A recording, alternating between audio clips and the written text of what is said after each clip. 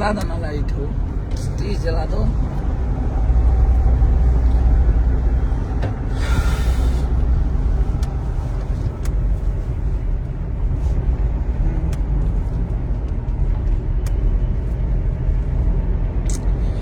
नमस्ते, प्रणाम सबके। आप लोग जल्दी से जल्दी जुड़ जाइए हमारे पेज है, और हम अपना फेसबुक आईडी से अभी लाइव आइल बनी और वह सब के बीच में बात करें। कहें से कि आप सब था खुशी दिले जा और हर समय दिले जा। आप सब पहले पेज के आईडी के शेयर करी जा, हड़ाहड़ धकाधक शेयर करी जा, ताकि आज सब भाई से जो हम बात करे वाला बनी हमारे सब भाई सुनस जा और बताओ जा। आप सबसे हर हर महादेव सबके। आज हमारे एगो पोस्टर रिलीज भइल बा, एगो गाना काल हमारा आवे वाला बा, जौन गाना के नाम हो हालात किसान के। और वो गाना के गौले बनी जा अंकुश राजा जी, जो कि भोजपुरी के एक भविष्य कह दिया वहाँ सबके। चाहे एगो भोजपुरी के वो मेहनती लड़का जेकरा के देख के आज के युवा जे भी गावता ओकरा एगो सीख मिले के चाहिए कि इतना कम उम्र में इतना ज्यादा मेहनत करके और आज वहाँ सबके परचम आप सबके पता ही बा कि पूरा भोजपुरी में लहरता। और ओकरा से बड़ा धन्यवाद आप सबके कि वरदान चाहिए 3 जौन हमार गाना आई रहे, वो गाना के आप सब गजब के आशीर्वाद प्यार देता नहीं हमरा हिट मशीन जी के। तो बस आप सबके आशीर्वाद प्यार मिलत रहो। और हमरा संगे आप सबसे मिलवावल चाहतनी भोजपुरी के बहुत ही बढ़िया कंपोजिशन जे कंपोज करी ना शुभम बाबा, शुभम तिवारी जी, जिनका हाल ही में आप लोगों ने देखा था मेरे फेसबुक आईडी के माध्यम से कि ये परिणय सूत्र में बंधने वाले हैं। अभी पहला स्टेप पार कर चुके हैं। इधर है देखिए। नमस्ते, प्रणाम। आप लोग कैसे हैं? और बहुत ही प्यार आशीर्वाद मिलता है हमने के गाना के वरदान चाहिए टीम के। और वाकई में हम बढ़िया लागतो बा, हमने के बनैले बन जाए चलते नहीं जा कहत। आप लोग बताओ रहल बन जाए कि बढ़िया लगता है कि इतना बढ़िया रियल टाइम आज 1 लाख चलते रहे नो। हाँ, 1 लाख पर और गाना जवन चलता था बहुत प्यार मिल रहा बा। ऐसे ही खूब सुनी जाओ, खूब ओकरा के शेयर कर जा, बजाई जा डीजे में। और कल जो गाना आ रहा है उसको इन्होंने कंपोज किया। और कल आप लोग वाकई में एक ऐसा चीज हम लोग पेश कर रहे हैं आप लोगों के बीच में।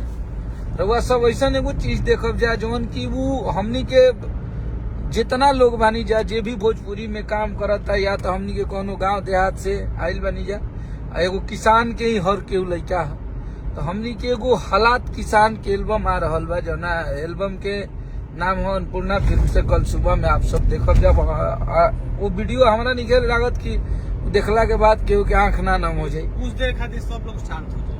हाँ, कुछ देर के लिए सभी को शौक करने वाले हैं हम लोग, क्योंकि बहुत बढ़िया चीज बा। और ये कुछ बोलेंगे उस गाने के बारे में।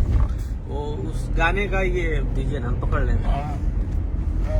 उस गाने को आप लोग जब सुनेंगे तो बहुत बढ़िया आप लोग को लगेगा और जरूर आप लोग रोएंगे। क्योंकि आप लोग इसलिए रोएंगे कि हम लोग रोए थे बनाते टाइम, बनाते समय हम लोग उस गाने को हम लोग रो दिए थे। क्योंकि वो गाने में वो मिजाज था और दुख दर्द और क्या है वो सब चीज उस गाने में दिखे। क्या इन्होंने उस गाने को लिखा है, वाह बहुत बढ़िया। और ये हमारे देखिए ये सतीश जी हैं। इसके लिए आप ही बताए थे गाने का, इसके लिए ही बताए थे। थोड़ा बहुत हम लोग सब लोग अभी कहाँ जा रहे हैं? हम लोग अपने क्षेत्र में। आप सब पहले एकरा के खटाखट पहले शेयर करी जा दबा के। और हमारे एगो गाना जो उनकी रिलीज भइल बा खेसारी भैया के, और एगो और गाना आवे वाला बा। लेकिन ये गाना जो आप सब वरदान चाहिए 3 गाना के आप सब जियो मेरे मिलियन स्टार। थैंक यू भैया। विश्वास सेन सुन लिया भैया, बहुत इमोशनल गाना है। चलिए, आप लोगों का मोहब्बत यूं ही मिलता रहे हम लोगों को, और हमनी के मेहनत करे के जो कार्य शक्ति बाबू हमनी के बढ़ल रहो। हमनी के अगर गाना आप सब आशीर्वाद प्यार दिला जाता और आदमी चाहेला मेहनत करेला कि कुछ बढ़िया हो जाओ, कुछ बेहतर हो जाओ, और बेहतर हो भी रहल बा, और आप सबके मोहब्बत भी मिल रहल बा हरू गाना के। तो बस आप सबके आशीर्वाद प्यार बनल रहे, आपके भाई अखिलेश कश्यप और हमार जितना भी टीम बा हमनी के ओकरा के। और वो गाना के वीडियो डायरेक्टर बानी अजय सिंह जी, जो कि कमाल के भोजपुरी सिनेमा के डायरेक्टर हैं। वहाँ के हमने के बुलौले रही जब वो गाना के शूटिंग करे खातिर, कॉन्सेप्ट वहाँ के रहे। और कैमरामैन हमारे राठौर जी हैं, बहुत अच्छा कैमरा चलाते हैं, जिसमें काम की हैं अभी भोजपुरी की बहुत ही अच्छी एक्ट्रेस अभी उभर के सामने आ रही हैं, आस्था जी और चाहत यादव। तो सब कोई टीम बा, और ओकर म्यूजिक हमारा भाई VR वर्मा ने बनाया है, जो अन्नपूर्णा फिल्म में काम करते हैं। और कंपोजिशन तो बाबा का है, आप लोगों को तो पहले से ही पता है। कुछ नया करो भैया, एकदम आपकी परी नए हो, आपकी परी तो गर्दा कर दिया, घबराए के नहीं के। हम आप सबके समझ सकतनी मजबूरी, आप सबके प्रॉब्लम समझ सकतनी। और ये आपस में हमनी के जितना भी खेसारी भैया के मीडिया वाला भैया लोग बा लोग, सबके बहुत सम्मान करी ले जा, हमनी के इज्जत करी ले जा। आपस में ये तरह के जो व्यंग बाई कह के शोभा ना देला, तो ये सब ना करे के हम तो ये कहब। आखिर हम तो हमेशा ये बोले बनी कि मिलजुल के और अच्छा से अपन रहे के बा। और हर गाना जब बनेला तो केहू गाना बना के ही ना जानेला कि हाँ ये गाना बजबे करी, हाँ गाना बजबे करी। पब्लिक के मूड मिजाज के बा, कब कौन गाना केकरा पसंद आवेला। तो ये में आपस में लड़ाई झगड़ा करके कोनो मतलब नहीं है। अभी तो मेन सावन के अब सीजन आई, लव मौसम बनल सावन के, तो सब गाना चलियन सब आपस में। ये सब अच्छा नहीं लागत, क्योंकि आप लोग वैसे सुपरस्टार के न्यूज़ चैनल वाले हैं जिन पे भोजपुरी नाच करती है, जिस पे भोजपुरी समाज नाच करता है।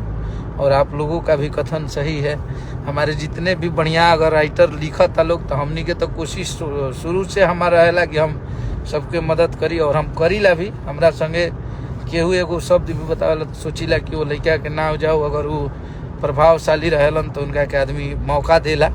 तो हमारे तरफ से तो कभी ऐसा कुछ होता नहीं है, और हमारे टीम में किसी भी राइटर की तरफ से ऐसा नहीं होता है। हम लोग और खेसारी भैया खुद ही वैसे इंसान है कि वो सबको, नए लोगों को गाना अच्छा रहता है तो सबका गाया जाता है, ऐसा नहीं है। तो ये ब्लेम आप लोग मत करिए कि यही लोग हैं तो ये हैं तो अब दूसरे राइटर को नहीं आने देंगे, वो है तो ऐसा कुछ नहीं है। जिसमें प्रतिभा होगी, जिसमें मेहनत करने की क्षमता होगी, जो भी अच्छा लिखता होगा, ज़रूर उनका सम्मान है, उनका हमारे यहाँ स्वागत है।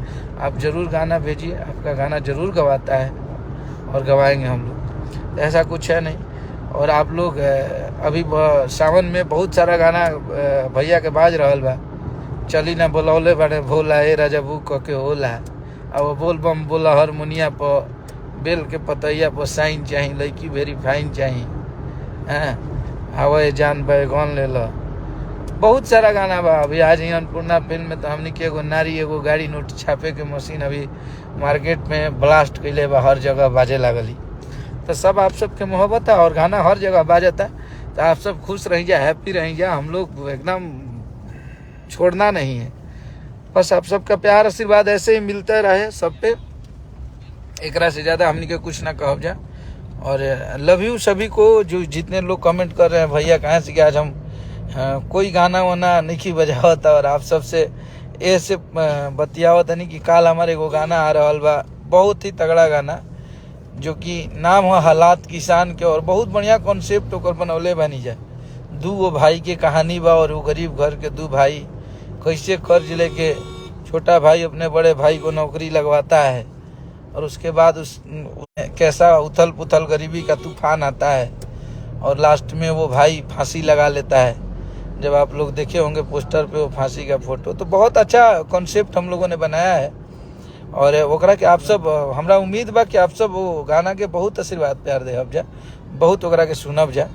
और हम ये चाहतनी कि नीमन गाना आवता, नीमन गाना अगर सामाजिक गाना वो टाइप के आवता, सामाजिक चेतना जौन आवता, ओकरा के आप सब जरूर आशीर्वाद प्यार दी। नेट के प्रॉब्लम